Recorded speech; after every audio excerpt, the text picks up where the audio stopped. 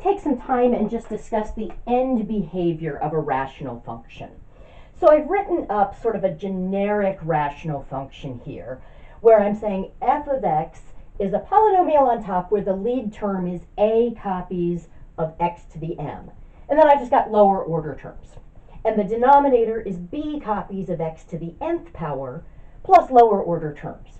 And I don't really care what those lower order terms are, because we've said as x goes to infinity and as x goes to negative infinity, a rational function is going to be dominated by the fraction of the lead terms.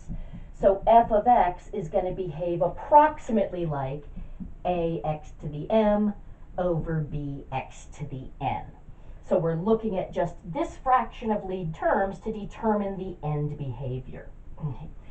Now, I want to take a look at several different possibilities. Case 1, let's suppose that m is equal to n, so that it's the same power that we have. Okay.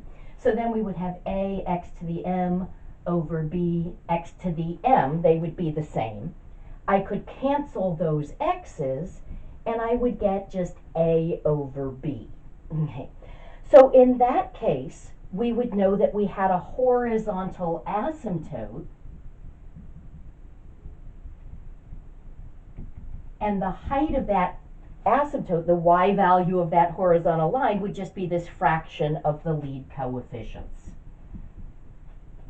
So anytime the degree on top and the degree on bottom are the same, you will have a horizontal asymptote, and it will simply be the fraction of those lead coefficients. Okay, case 2, what if I have more x's on bottom? So what if n is bigger than m? Okay. Well, if that's the case, I would have ax to the m over ax to the n, but n is bigger. So I've got more x's. So I can cancel some x's. I'll be able to cancel all m x's, but I'll have some leftovers on bottom. That's a b. So we would have a over b x to the n minus m. I started with n factors of x here. I was able to cancel m of them. N minus m is however many I have left. And that's a positive number if n was bigger than m. So I've got some x's left over on the bottom. Now, when that's the case, as x gets really big, whether it's getting really big and positive or really big and negative, this is going to be going to 0. Okay.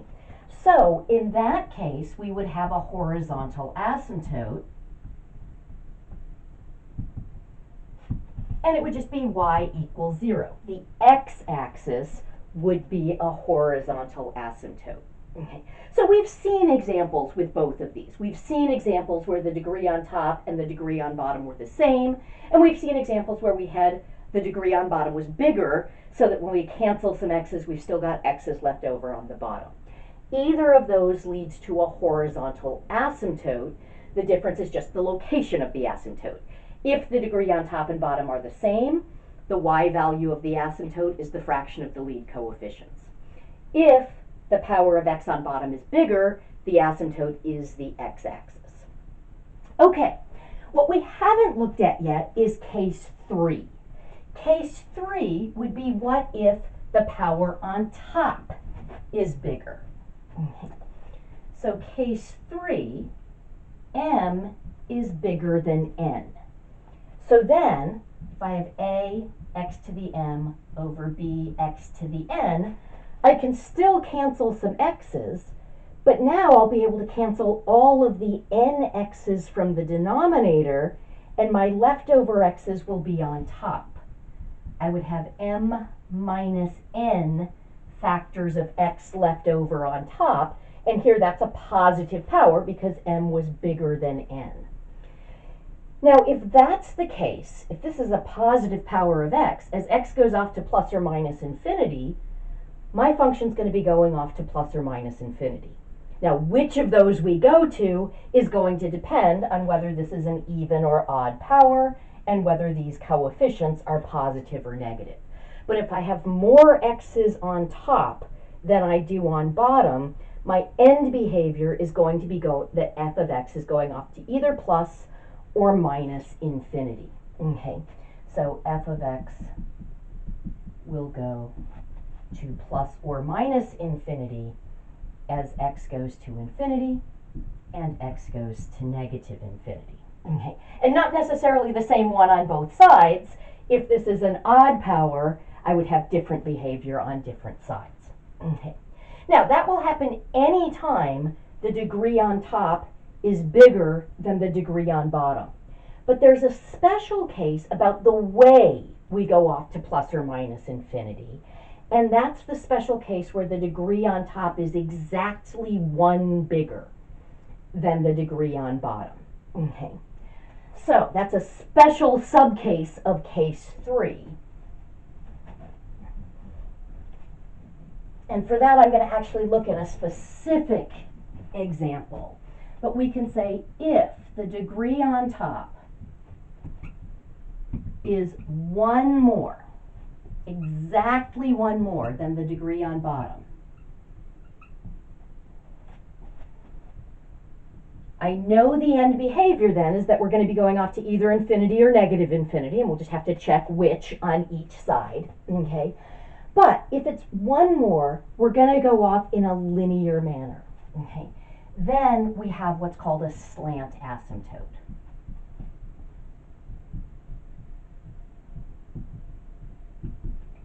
That's going to be a diagonal line that serves as an asymptote. So it's a diagonal line that when I go really far to the right or really far to the left, the function's getting arbitrarily close to that diagonal line.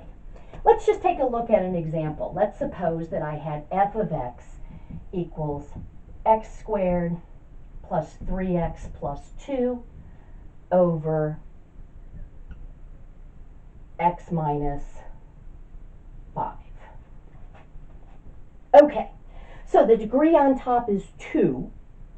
The degree on bottom is 1. Okay. So the degree on top is 1 more than the degree on bottom.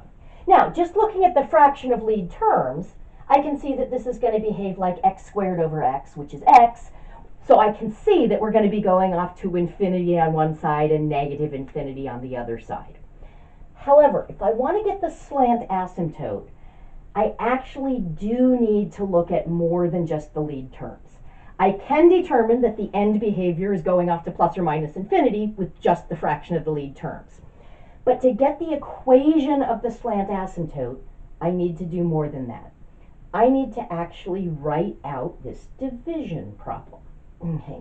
Now, I could, in this case, either do long division or synthetic division. I think I'm going to go ahead and do synthetic division since it's just x minus a number on bottom. There will be some cases where you need to do long division. If I were to do this division problem, I'd say we've got 1x squared, 3 x's, and 2 is my constant term. Constant x squared, yep. Okay. 5 is the number we're subtracting from x. So I'm going to bring down my 1, multiply to get 5, add to get 8.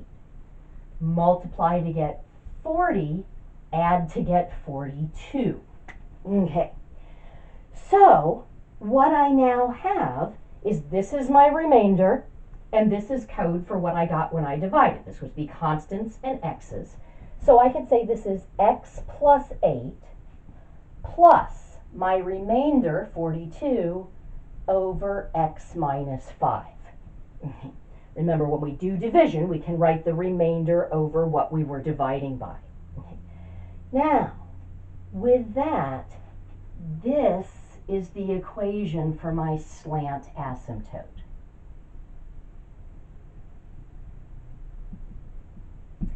I could sort of get that it was going to be a line of slope 1 by looking at just the lead terms. I'm not going to get the y-intercept of the slant asymptote by just looking at the lead terms. I need to do the division problem. Now, why is that my slant asymptote? Well, what we're saying is that my function is the sum of two things, this and this. But if I look at this piece has no x's on top, but it has x's on the bottom. So this piece is going to go to 0 when x goes to infinity or x goes to negative infinity. Once x gets really, really big, this piece becomes really, really small. My y values are very, very close to the y values on this line. Okay?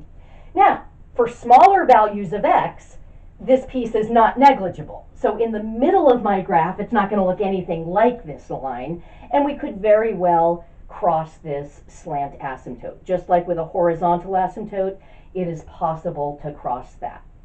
Okay, but this becomes negligible once x becomes really, really big. Okay, so that's why this is going to be our slant asymptote. So again, anytime you've got more x's on top than on bottom, the end behavior is that your function's going to go off to plus or minus infinity.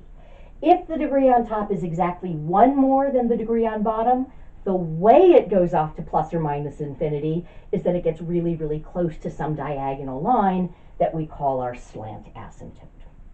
Okay, so what I'm going to do is stop this video now. We'll resume in the next video and we'll actually graph this entire function.